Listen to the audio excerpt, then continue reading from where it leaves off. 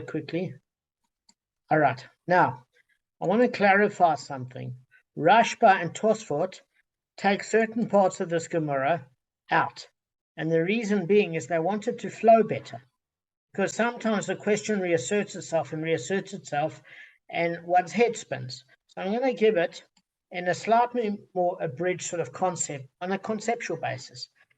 So if you remember, the entire issue that was being discussed is that the Gemara, based on this Mishnah, talks about damage when an assailant assaults a defendant. So we don't understand why the assailant is merely obligated to pay for the damage he inflicts. The merciful one stated in Exodus Shemot chapter 21, verse 24, as you know, an eye for an eye, a tooth for a tooth, etc. And that would imply that if an assailant took out a victim's eye, in return, the court should take out his eye. So the Gemara says exactly that. It said, it should not enter your mind to say this, for it was taught in a brisa. One might think by the literal translation, if a person blinded his fellow eye, the court blinds his eye. If he cut off his fellow's hand, the court cuts off his hand. Or if he broke his fellow's leg, the court breaks his leg. So the Torah therefore states one who strikes a person and one who strikes an animal. In other words, they're in two different pasukim, but the Torah teaches here that wounding a person with wounding an animal as a comparative juxtaposition. The reason being is just as one who strikes an animal is subject to monetary payment, so too one who strikes his fellow man is subject to monetary payment. And the Gemara is saying, but if you have an objection and your desire is to say that for some reason in comparison, the logic is flawed, then you can just look at Bamidbar in Numbers chapter 35 and 31, verse 31, and you just read, you shall not accept ransom for the life of a murderer who is deserving to die. For the life of a murderer, you shall not accept ransom is meaning that there's no payment that can be made. If an assailant takes a victim's life, he has to sacrifice his life in order to make an atonement and to have a just judicial system. But the implication is you shall not accept ransom for the life of a murderer who is deserving to die. Implies, but you can accept ransom for the loss of tips of limbs, for example, that don't regenerate. So what we are saying is here, as you know, that there are basically 24 limbs. You know, there are 10 fingers, 10 toes, 2 ears, the nose, and the male member.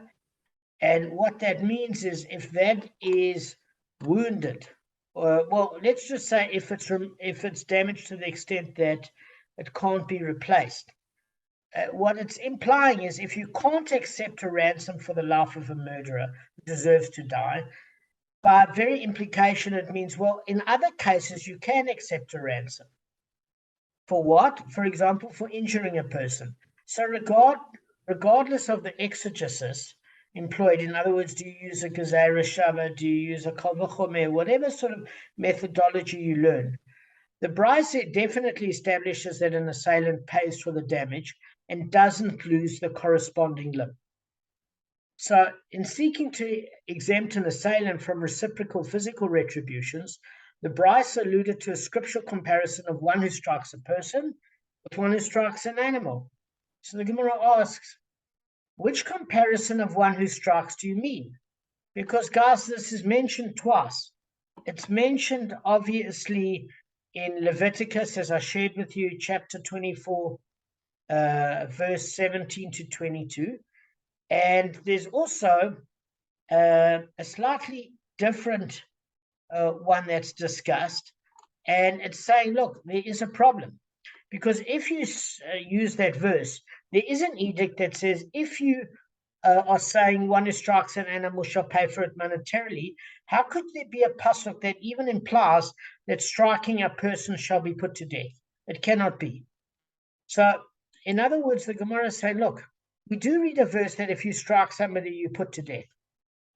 But what we've got to say is, so the Gemara is saying then, we know it's much more extreme. So it's one thing if you kill an animal while you have to pay money.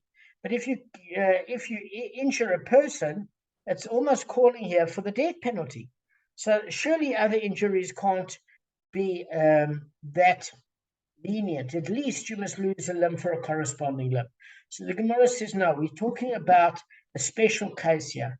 In Sanhedrin 84b, Gavin and I learned with Rav Simcha Steinhauer that if one shall strike his father or mother, that's a death penalty act.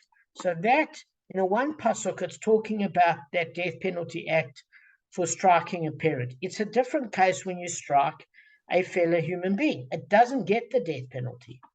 So the Gemara's confusion is already cleared up there. So rather the comparison comes from here. The Torah states one who strikes an animal's life shall pay for it, a life for a life. And Kevin said very accurately yesterday, does that mean if you've got an ox that's worth 400 zuz and your ox killed another ox that's worth 400 zuz, you can do a life for a life, a swap? And Kevin was dead on. The only reason you pay money is often your ox is not going to be worth exactly what the defendant's ox was.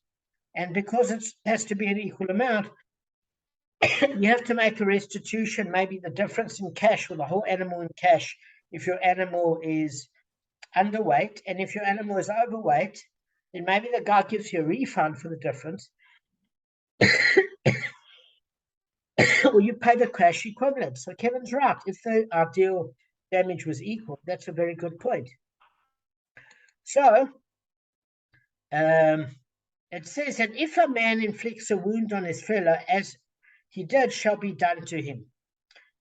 Now, what we are saying is here, listen, when you're looking at this pasuk, one of the exegesis is that word is always a tongue twister. It knocks me every time. Is, well, let's call it Gemara rules. I prefer to call it Gemara rules than the Latin. One of them is semuchim. So it's saying that this juxtaposition seems to be a semuchim. But they say no, in reality, it's actually a Gezerah Shava. And how do we know that? Because it says, look, you've got to look at the common striking. It says if you strike an animal and you kill it, in that particular case, you pay money. So here when you're striking a person, you should pay money. The exception is if one is striking a parent, then one also gets the death penalty. But if you're saying if you strike an animal and you injure it, you pay money. Even if you kill an animal, you pay money. But if you strike it, you pay money. For sure, if you strike a human being, you pay money also. So it's saying that you derive this from the Gezerah Shava. I mean, there's an extra word in each of the pasukim in order to link the concept. Now, the Gezerah Shava means there's an extra word that's not needed and superfluous, and the pasuk can still be understood. So if it's a double meaning in the verse that talks about striking an animal, there's an extra word, and that word appears in striking a human being, there's an extra word, and it's not needed in either case, then that halachically is sound and not open to dispute. And what it's saying is, when you strike an animal, when you injure an animal, you then have to compensate with money. And when you strike a person, so too the same. So we're saying, hang on, you can't use that Gezerah Shava commonly because it doesn't have this extra word.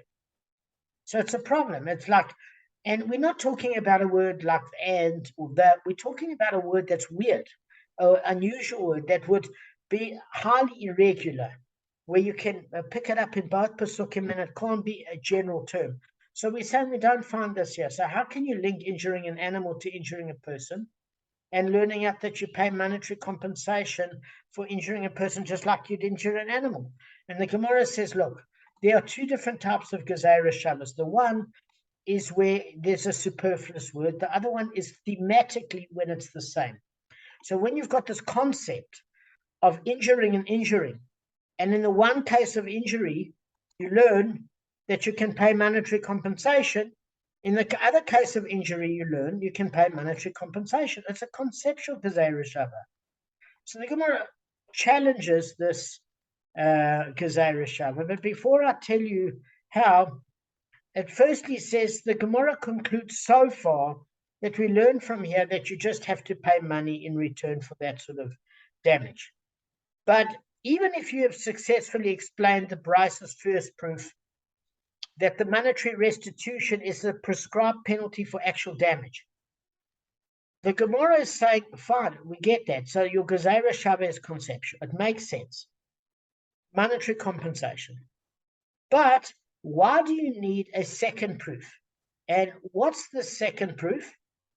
Well, I'll show you now. Well, firstly, there's a problem because you could say, as the Gemara says, maybe for some reason you have a difficulty with this first Gezerah Shava. What is it?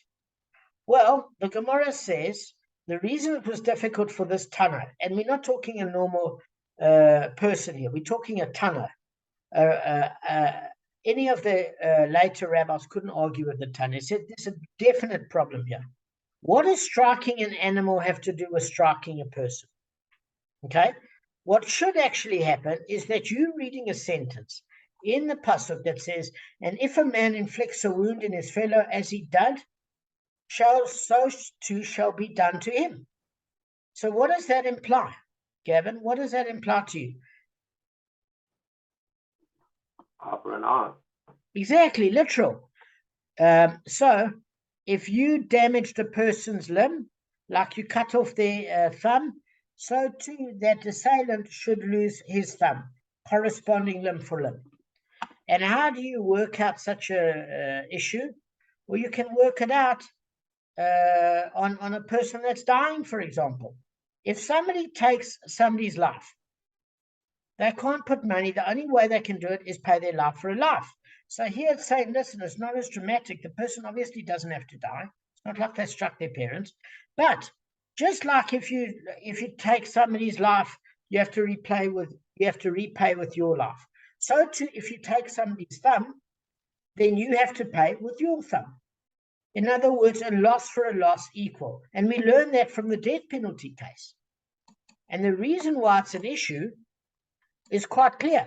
It says, listen, the Gemara is saying, look, I don't know if this is really a good dilemma that the Tana has. Because you've got a choice of how you can expound the Gezerah Shava. So it's saying, the Gemara is saying, look, we must, or we at least should, derive the laws of injuries from other laws of injuries. In other words, we know what happens when you injure an animal. You have to pay financial compensation. So how do you logically derive, if it's not in the pasuk, about what happens when you injure a person from the same law as when other injuries are mentioned in the Chumash? So we should derive the laws of injuries from injuries. How can you derive the laws of injuries from the laws of death? In other words, how could you say that if a person kills another person, he takes somebody else's life, he loses his life. Therefore, if he takes somebody else's thumb, he should lose his thumb.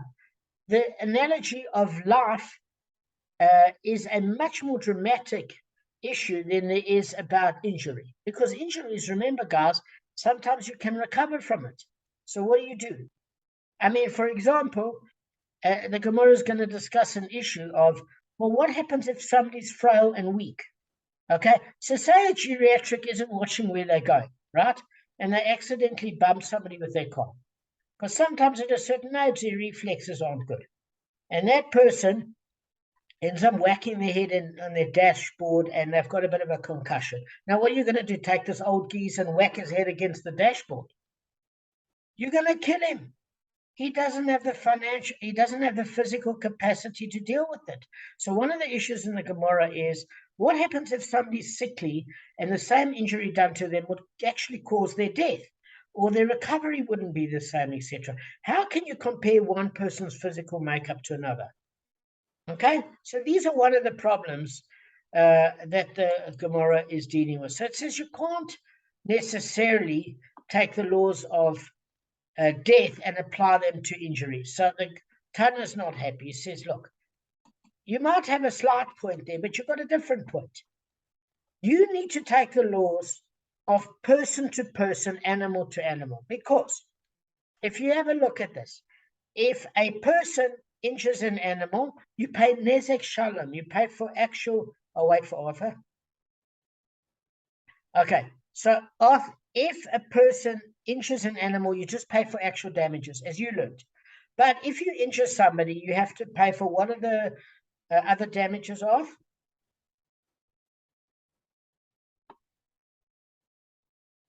Off. Unmute yourself. Yes. If a person damages, Pain. good, pain, sorry, excellent. What else apart from that? Hold on, my mind's gone blank. Pain, lack of work. Exactly. Humiliation. Exactly. Lack of work, both in the recovery stage, convalescing, as well as in the actual damage, what he was capable of doing and what he's now capable of doing, humiliation. Where does an animal ever get humiliated?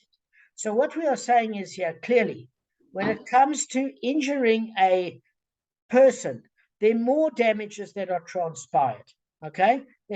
So just like there are more obligations about what you're owing, you can't compare that to damaging an animal where you only have to pay for the actual damage. What is the cow going to be in therapy and said, I was embarrassed about the injury, etc.? It's not going to happen. So that's what the Tana is saying. You can't take rules of animal to rules of man because we know it doesn't work. We know it doesn't work. That's what he's saying. You can't assume the one for the other. In other words, he's saying something else. Maybe if you injure an animal, fine, you pay cash because you're not going to get an exact weight of your own animal to barter with. But say you injure say you take somebody's finger and they a scrap, okay? In other words, organ for organ, limb for limb. Well, that's not going to help because if you take somebody's thumb, maybe you shouldn't just pay money. You've actually deprived them of a panosa as a scrap. Okay, so if that's the case, now you've rendered him and his whole family poverty stricken, unless he can suddenly come up with a new career. So how do you can't just work on that sort of mildness. Maybe you should take your thumb off because you took his thumb off. Maybe it should be more extreme with injuring a fellow person to deter people. So he's saying you can't make that Gezerah Shava either from animals to humans just on the basis of injury. And the Gemara is saying, but you can't make injury from death because death is more extreme than injury. So they both got a valid point. So the Gemara now challenges the challenges it because it's basically stated like this, right? So, on the contrary, we should derive laws pertaining to a person from other laws pertaining to a person, injury from death, the Tana says. And we should not derive laws pertaining to a person from those pertaining to an animal. This is why the Tana then stated, and even if it's your desire to say that for some reason the comparison is flawed, behold, another verse states, you shall not accept ransom for the life of a murderer who is deserving to die, for he shall surely die, which teaches, for the life of a murderer you shall not accept a ransom, but you shall accept a ransom for the loss of tips of limbs that do not regenerate. So what it actually means is that since the damage payment for the permanent loss of a limb is characterized here as a ransom, in other words, by all exact means, if a person deprives somebody else of their thumb, they should have their thumb removed because that's measure for measure. That's divine justice in a way. So we're saying that the fact that he's paying money, he's getting his thumb back as a ransom.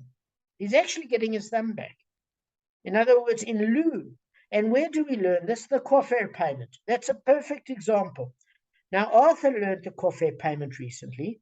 And do we pay on the injured party, the dead party, or on the person that owns the animal that caused the death? Okay? So what does that mean? Is that person that caused the other one's death after his cow was muad, his bull was muad and he was worn many times, is negligent in Shemaim for having cost that person his life because it wasn't a first-time offense. This was a habitual gora. and therefore he pays the kofir payment to the family because he should be losing his life and getting the death penalty because he was so negligent. But he's ransoming his life in return for money, which is only allowable here because it's still within the ox's capacity that caused the damage. That's called grama, Arthur. That's indirect, which means that no person dies because somebody else created the murder in this world. Even a mafia don that orders a hit doesn't die because there's no evidence linking him to the shooting. Other than hearsay, he could say, I told you to take care of the problem, meaning pay him off for something. I never said kill him, but Shemayim knows. So the kofir payment is in Shemayim that person is clear. Because that money nearly bankrupts him. Remember, the kofir payment was so high, it nearly bankrupted the person. And it says when Yaakov Avinu, and he had Esav, and Esav's son was going to kill, I don't know if it was his son or grandson, I don't remember, but he was going to kill Yaakov. And Yaakov said, listen, I'm worth a fortune. Take all my money. It's as if I'm dead now, because nobody pays attention to somebody that's a beggar on the street. So whatever notoriety, it's as if the person's dead. So we learn from there that the kofir payment, if it's indirect, will impoverish a person that Shemayim will forgive him because he can't get the death penalty to atone in this world because he never did it directly. So we're saying just like that was the case, you're dealing with this similar answer here. But it's saying, the Tana is saying something different. You can't take the case of injury from death. Why? Because what you're saying is as follows.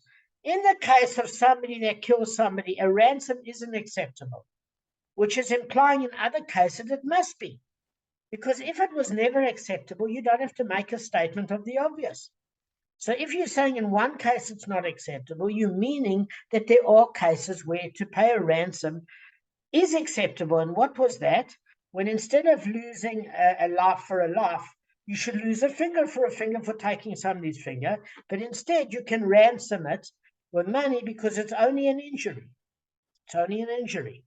Okay. It's no good. So the Gemara challenges the Bryce's exegesis of the second proof's verse. So it says, look, but this verse, you shall not accept a ransom for the life of a murderer. It's to exclude the tips of the fingers, okay? Or the tips of limbs. Remember, it's not just fingers. Toes, fingers, nose, male member, etc. So it's saying, so it's to exclude the tips of limbs from the law, disallowing ransom that it comes. Meaning, you can pay monetary restitutions for personal injuries. So if you turn somebody into a ballerina and you get their member chopped off, you don't end up having that same sort of thing. Believe me, people would sell their house to use their male member. So we're saying here you can pay. So it's coming to exclude the tips of limbs, but it's saying the problem with this is if you're making that assumption based on the Gezerah Shava, the biggest problem you have is that assumption is coming to teach us something different. So in other words, it's teaching you, Hashem said, for the merciful one said, do not do two things to him in one judgment. Do not take money from him and also execute him. So it's saying, hang on a second. The reason it's bringing the ransom is not to teach you this issue that when it comes to injury, that you can pay a ransom, but not for a capital offense, because we could say that. We say, no, the whole reason it's bringing it is so that it deals with the principle, kimle b'di rabba mineh, which means if a person's losing their life, then they don't have to lose their money as well if the act caused two simultaneous penalties. One, death, and another one is financial liability. So I used the example of Shimon kills Levi with a Ming vase. Now that Ming vase is worth 500,000 rand. But it was the same article at the same point where he hit him in the skull with it, and he had a temporal aneurysm and a bleed and a clot on the brain. That's the same time that the Ming vase broke on his head. So therefore, he should either 500,000 rand for the Ming vase, take it from his inheritance, and then kill him. So the Torah says no. The very fact that it says you don't take a ransom in lieu of a life for a life means that if there's a penalty if there are two penalties within the same act, you give the greater penalty and that would atone for both. So the guy doesn't have to pay money, he just loses his life. Okay? So the Gemara says, well, then that's a bit of a problem because then you can't use it to say that a ransom isn't paid in a capital case, but in another case it is paid, like injury. Because what do we do since that pasuk is used to teach Kimle Badi Rabbi Minay? So what we actually do is say, no, you can learn Kimle Badi Rabbi Minay in a different way. And what? If you look, it's a pasuk that says the law that the judge shall cast him down and lash him in accordance with his wickedness. Okay? So that's in Deuteronomy chapter 25, verse 2, which means if somebody simultaneously gets the penalty that incurs lashes and a monetary payment at the same time, we give him the more hectic lashes as opposed to making him pay money. And by the way, that's in Kesubos 37. And it was so interesting because we in Daf Yomi we're doing Kesubos at the moment. I'm not keeping up with Daf Yomi. I'm not doing it at the moment. But I learned this today, and the whole sugya is very, very interesting. Really, really interesting. If ever you want to see this whole principle of Kimle V'di Rabbi Minay. But it's saying that you can learn that from Deuteronomy. You don't need that other pasuk. So since you can learn that, you don't have to, you're not subject to two penalties simultaneously by the same act, and you accept the lesser payment, it now frees the term, you shall not accept ransom for a life. A life is paid for a life, which implies you pay a ransom for other things. And what could those other things be? Well, if it's not for death, what does it leave? Injury or damage. Arthur, you fell asleep. I can't hear you. I haven't slept in 4 days, bro. Fair I haven't been enough. home for 4 days. Fair enough. I'm finished. That's why I took off tomorrow from work and I take Fair on enough. Saturday. Listen, no criticism. So all you're saying is, Arthur, if you take off the pasuk, if you take off that Kimle B'di Rabbi Minay principle and you learn from Deuteronomy that you can't give two punishments that were caused by one act simultaneously, you just give the harsher one, then you don't need to learn that from the case where you don't make a person pay a ransom and lose their life for murder. So then it says, well, in other cases, then you can pay a ransom. This guy just loses his life, which means if it's not for death that you pay a ransom, then what do you pay a ransom for? Well, obviously property damage, and what else? Injuries. So this proves that you can pay money for injuries. Can I ask you a question about that? What happens if you take the guy's mink vase and smash him over his head and kill him? So that's exactly the law of Kimle B'di Rabbi Minay, as you heard. Yeah. So in other words, he incurred responsibility for the 500,000 rand loss he gave this person's family because it was the heirloom, and he killed somebody with the same act. So we don't make him pay the financial penalty because you don't make him pay a ransom instead of his life. And even if you don't take it from there, you can take it from a separate pasuk in Deuteronomy with a case of lashes as well as money for the same act. That if there was an act which constituted both a penalty that you pay or compensation that you pay to cost somebody money, and that same act has created you to get lashed, we just give the harsher penalty and that atones for both. Okay? So we've got a few minutes and then we're done. We've got 5 minutes. All right. So the Gemara persists, but the verse says, you shall not accept ransom is still needed to teach this very law. So for the merciful one is saying, do not take money and exonerate him from capital punishment. How can we derive anything about injury cases from there? So the Gemara says, if it is so that that's all the verse is teaching, let the merciful one write, you shall not accept ransom, for one is deserving to die. Why do you have that other phrase afterwards, the life of a murderer? It's superfluous. If somebody deserves to die, that person is the murderer. What are you talking about, the life of the murderer? You're repeating the statement. So that's superfluous. And we learn from it the following additional teaching.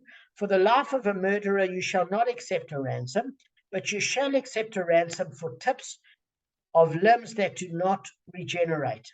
Okay? Let's just see how much time. We've got 4 minutes. Okay. So the Gemara challenges it again, and it says, okay, so now it's written, you shall not accept a ransom.